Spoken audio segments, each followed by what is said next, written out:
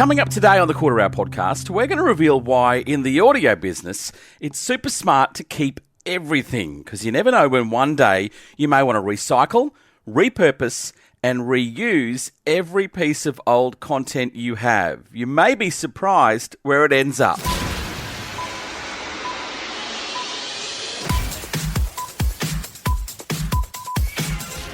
I'm Rick Dees, and are you living in the past, listening to a radio station that plays the same old, tired songs from the 60s and 70s?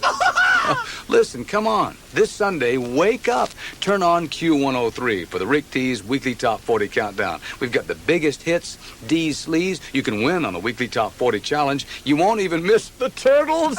The Rick Dees Weekly Top 40, Sunday, noon to 4 on Q103. Hi, and welcome to the Quarter Hour Podcast. I'm today's host, Liam Renton, and in this episode, we want to congratulate, elevate, and celebrate a radio pioneer, Rick Dees. Now, for a lot of us, one of our first jobs we may have had in radio was panelling shows. This may have been from a network feed from John Laws to every market in the country, whacking in the ad breaks in between Barry Bissell's Take 40 Australia. Hands up, guilty, Your Honour. Or you may have had to queue up the old reel-to-reel tapes to play this exciting show from America. We know it as Rick Dees Weekly Top 40. Rick Dees and the Weekly Top 40, yeah.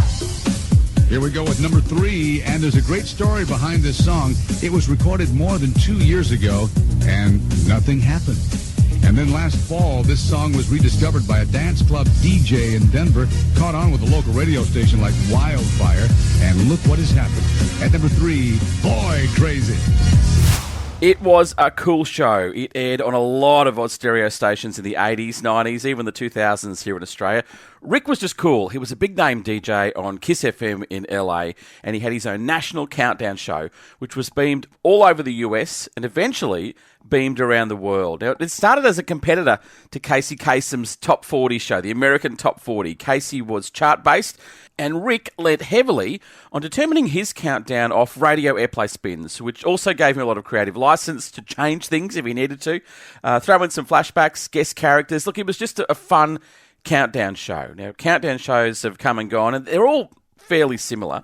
Rick is a talented broadcaster, but for me, his show is just steeped in nostalgia. I used to love panelling it, originally on those huge reel-to-reels, and then we'd receive, when I was working at B105, like on CD. His weekly countdown came on CD in the mid-90s, and it was just mind-blowing that this show was burnt to CD. We all had a copy. We'd play it, we'd pause it, we'd whack in the ad breaks and the station IDs. It was just fun, especially when you were just starting out, how to learn how to panel. And I can vividly remember just boxes upon boxes of old Rick Dees CDs. You see, because the show changed every week, and you'd end up with this massive collection of CDs that no one ever knew what to do with. I remember we used to keep them in a box, and then eventually we put them in a cupboard in the music director's room, and when stations usually change locations, it's when you throw everything out. So what are we going to do with those? We chuck them out. I mean, what do we really want with old Rick Dees countdowns from 1997? Nothing, until we did need them. So flash forward till today, and last year I stumbled across the Rick Dees channel on iHeart. What's Rick up to, I thought. So I had a bit of a listen. And I was shocked to hear nothing but old Rick Dees shows. Wall to wall, back to back, non-stop. And to be honest, it was amazing. I can go from a show from 1989, back to back to a full show from maybe May of 2001, back to back to a full show from August in 1993. No ads, just Rick. His team of radio characters are still there, and he's still playing the biggest 40 songs from that week of any given year. Now, when I had a good, long, hard think about it, this is the best example I've seen recently in a long time of audio, radio, recycling, repurposing, and reusing old content. It wasn't being used. It's timely, yes, but it's nostalgic. It's somewhat relevant. I still enjoy songs from 1992. Yeah, it's kitschy, it's cute, but most importantly, it has a market. It has people that want to tune in. Me, for example. Now, for me, I was hooked. I liked him back in the day, but I like him even more now. Now, as I approach a milestone birthday ending in 0, I seem to like nostalgia more and more. I like the music from my formative years more and more. I enjoy the time capsule it takes me back to when I listen. And to be honest, for a few moments in my car, listening to the iHeart app, I'm back in 1992, rocking out to Warrant's Cherry Pie. And then the lead singer of Warrant comes on and he's having a cherry pie eating competition with Rick Dees on the weekly Top 40. I'm just fascinated listening back to how loose they were, how relevant they must have been for the time, and how potentially irrelevant the track is now, except it isn't.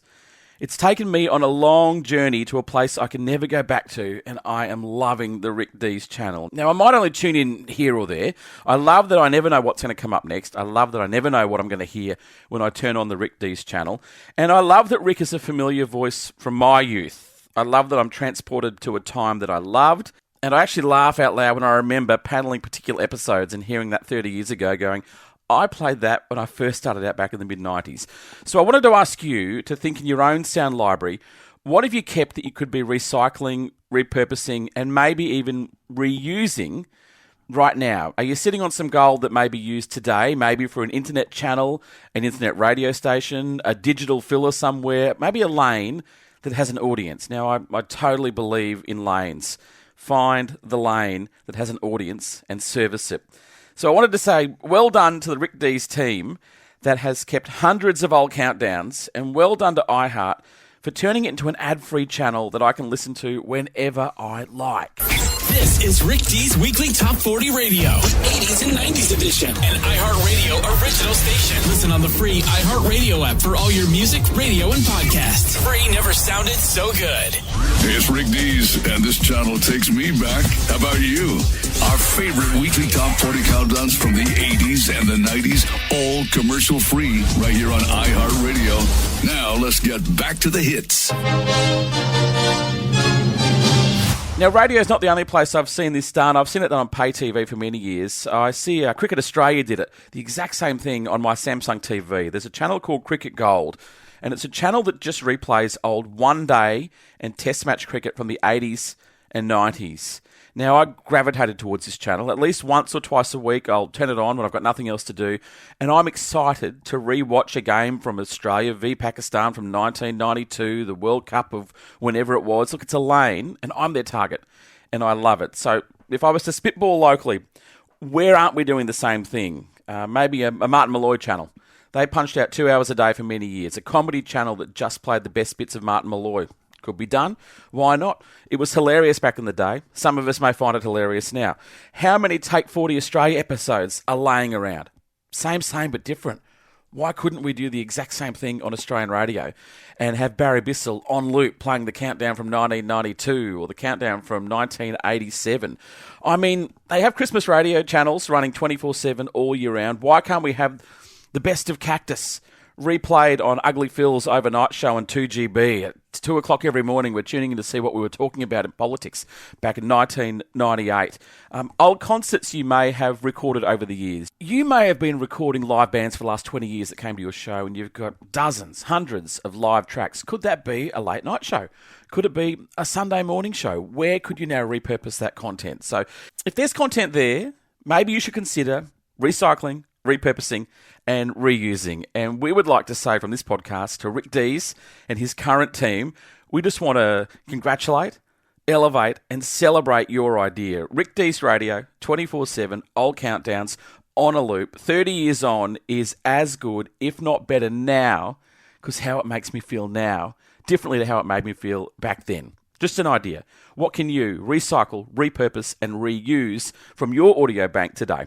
Thanks for joining us today on the Quarter Hour Podcast. Rick Dees, and a thank you to you for finding the best music mix this weekend. You know what I got for you? Hold on, bring that over here, Paul. If you would. Sure. This is nice. It is $1,000 worth of weekly Top 40 Challenge material for you. Your own compact disc system, crisp, new $100 bills. Let's call right now and see if we can get somebody on the phone. Thank you for dialing. The person you are calling, Rick Dees, is an idiot, and there is no new person. Please check the number and try again.